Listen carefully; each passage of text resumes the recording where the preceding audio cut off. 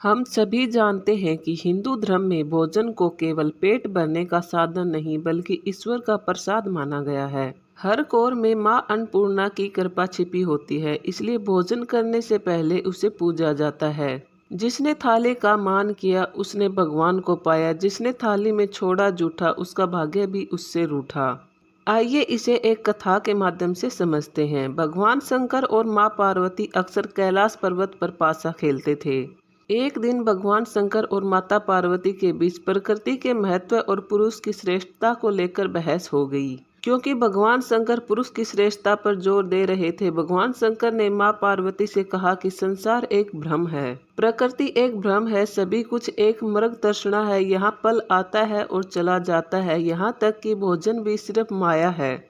माँ पार्वती जो भोजन सहित सभी भौतिक चीजों की जननी है, उन्होंने यह बात सुनकर अपना आपा खो दिया। तभी माँ पार्वती बोली, अगर मैं सिर्फ एक भ्रम हूँ तो देखते हैं आप और बाकी दुनिया मेरे बिना कैसे रहते हैं। ऐसा कहकर वो दुनिया से गायब हो गई। उनके लापता होने से ब्रह्मांड में हाहाकार मच गया, समय स्थिर हो गया, ऋतु परिवर्तन रुक सा गया, धरती बंजर हो गई और भयानक सूखा पड़ने लगा। आकाश पाताल और धरती तीनों लोकों में मिलने वाला भोजन उपलब्ध नहीं था। देवता दानव और मनुष्य भूख से तड़पते रहे। दुनिया भोजन से वंचित हो गई और वहां अकाल पड़ गया। जब भगवान शंकर के अनुयायी भोजन के लिए उनसे भीख मांगने लगे तो भगवान शंकर ने अनुयायियों के लिए घर घर जाकर भोजन की भीख मांगी, लेकिन किसी के पास कुछ भी देने के लिए नहीं था। भगवान विष्णु ने भगवान शंकर से कहा, मैंने सुना है काशी में एक महिला ने लोगों के लिए भोजन दान करना शुरू किया है। भोजन की भीख मांगने के लिए भगवान शंकर काशी गए, लेकिन जब उन्हें पता चला कि रसोई को चलाने वाला कोई और नहीं बल्कि उनकी ही पत्नी पार्वती थी,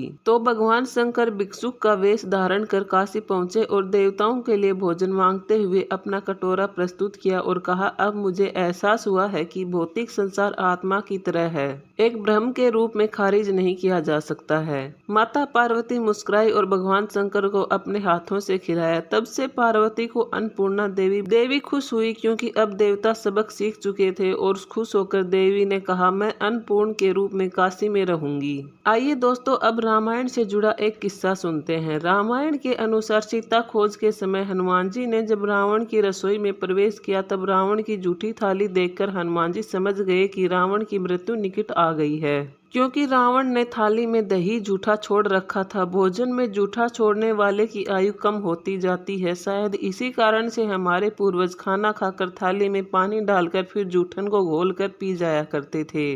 विद्वानों के अनुसार थाली में जूठा भोजन छोड़ना मां अन्नपूर्णा और मां लक्ष्मी का अपमान माना जाता है। ऐसा करने से आर्थिक स्थिति कमजोर होती है, साथ ही घर आती लक्ष्मी भी रूठ कर चली जाती है। भोजन जूठा छोड़ने वाले बच्चे पढ़ाई में कमजोर होते चले जाते हैं। मन पढ़ाई से धीरे धीरे पूरी तरह हट जाता है, इसलिए बच्चे पहली बार में जितना खा सकते हैं उतना ही परोसें। थाली में जूठा भोजन छोड़ने से शनि का प्रकोप झेलना पड़ सकता है। इसके साथ ही चंद्रमा की भी अशुभ दृष्टि व्यक्ति के जीवन पर पड़ने लग जाती है। चंद्रमा की अशुभ दृष्टि की वजह से मानसिक बीमारियां भी व्यक्ति को घेर लेती हैं।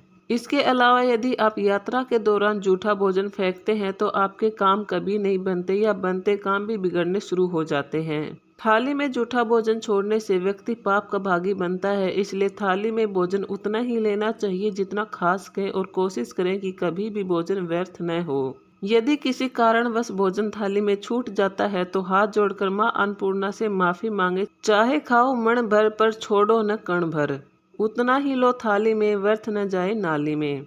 अन्न दान यानी अन्न का दान धर्मों में सबसे श्रेष्ठ दान माना गया है, क्योंकि जब आप किसी भूखे को भोजन देते हैं तो आप केवल शरीर नहीं आत्मा भी तृप्त करते हैं। माँ अन्नपूर्णा अन्न की देवी, उनका नाम ही हमें सिखाता है। अन्न यानी भोजन और पूर्णा यानी पूर्णता। वे स्वयं माँ पार्वती का रूप है, जिन्होंने एक बार स्वयं भगवान शिव को भी भोजन प्रदान किया था। इसलिए याद रखिए, भोजन का अपमान केवल अन्न का नहीं, माँ अन्नपूर्णा के आशीर्वाद का भी अपमान है। जय श्री कृष्ण। दोस्तों, आपको ये वीडियो अच्छा लगा हुआ हो तो लाइक और सब्सक्राइब जरूर करें। धन्यवाद।